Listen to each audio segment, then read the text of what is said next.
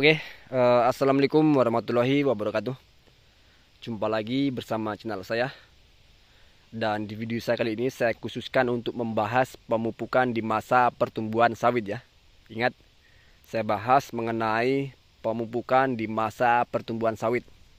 Nanti setelah sawitnya produksi sudah ada lagi video untuk pembahasan mengenai pemupukan pada sawit yang sudah produksi atau sudah produktif ya. Ini khusus pembahasan di sawit di masa pertumbuhannya. Jadi pupuk kimia ini ada dua. Yang pertama pupuk tunggal, yang kedua pupuk majemuk ya. Nah seperti itu. Dan yang saya gunakan untuk mempercayai biar supaya cepat pokok sawitnya ini tumbuh besar, tumbuh sehat, tumbuh subur, saya menggunakan pupuk majemuk ya. Dan pupuk majemuk ini lambangnya ada 3, NPK, kemudian NP, kemudian NK ya. Saya menggunakan yang NPK Mutiara 1616 untuk masa pertumbuhan sawit yang sudah saya tanam ya. Kenapa saya gunakan pupuk majemuk ketimbang pupuk tunggal? Tadi kalau pupuk majemuk ini kita lebih percaya diri, lebih lebih optimis. Karena apa? Di dalam kandungan pupuk majemuk ini sangat komplit sekali, baik nitrogen, kemudian fosfor, kemudian kalium ya. Beda dengan pupuk tunggal. Dan pupuk tunggal ini sebenarnya sangat banyak sekali macamnya.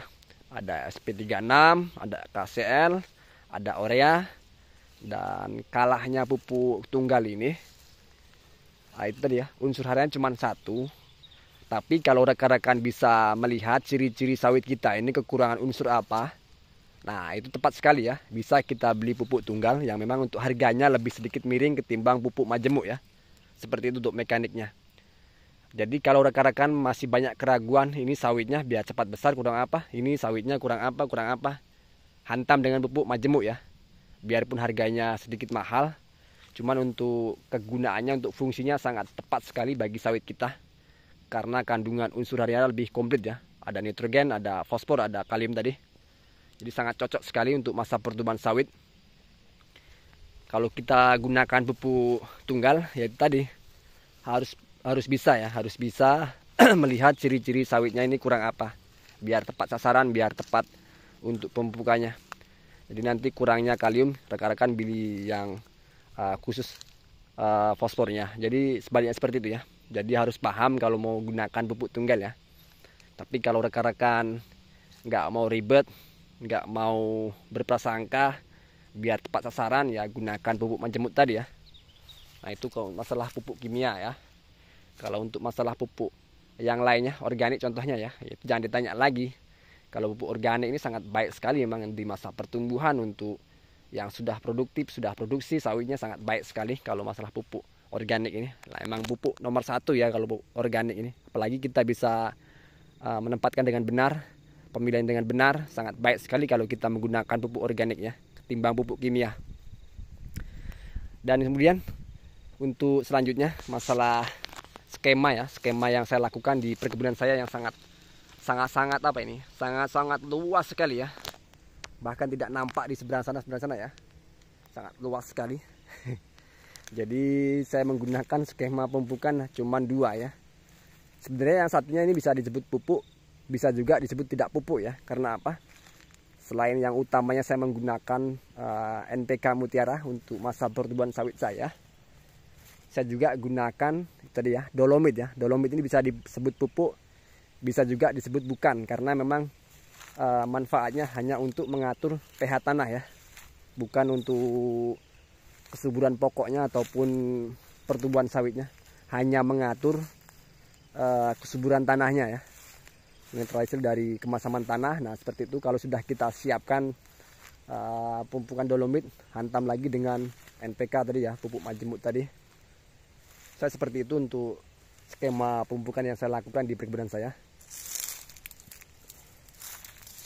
Ya.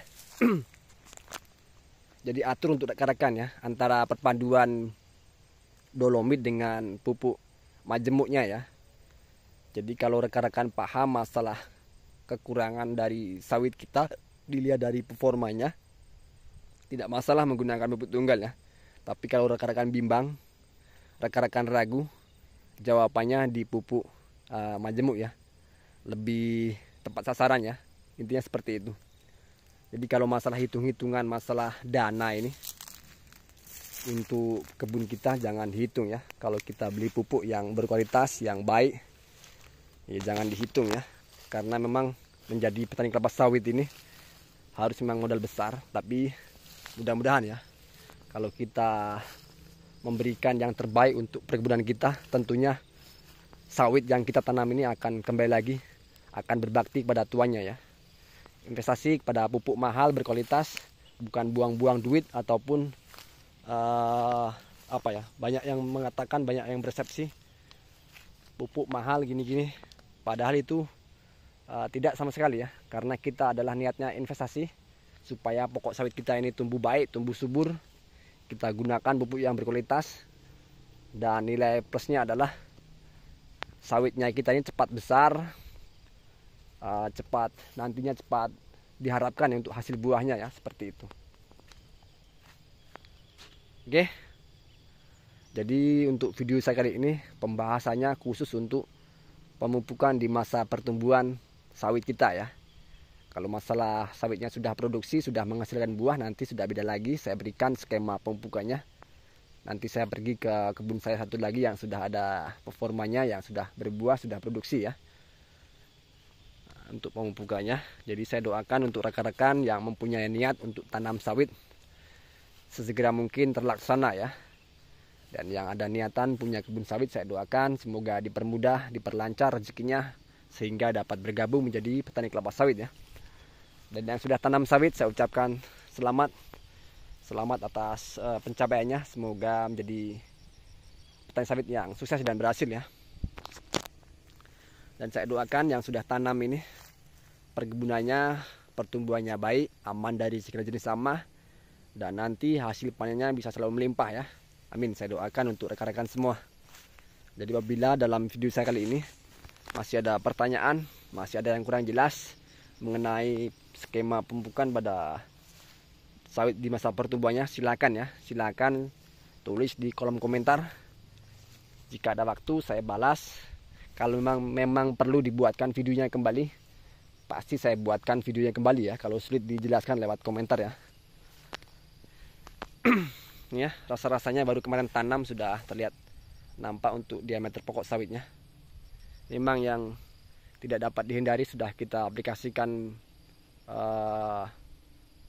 racun hama, sudah kita atur sebaik mungkin. Tetap aja ya, untuk hama kubang tanduk ini di mana-mana sangat merusak sekali. Cuman kalau kubang tanduk tidak akan mematikan, setidaknya kita antisipasi ya. Selalu penanganan hama untuk hama kubang tanduk harus diwaspadai untuk rekan-rekan. Oke, cukup sampai di sini video yang bisa saya berikan.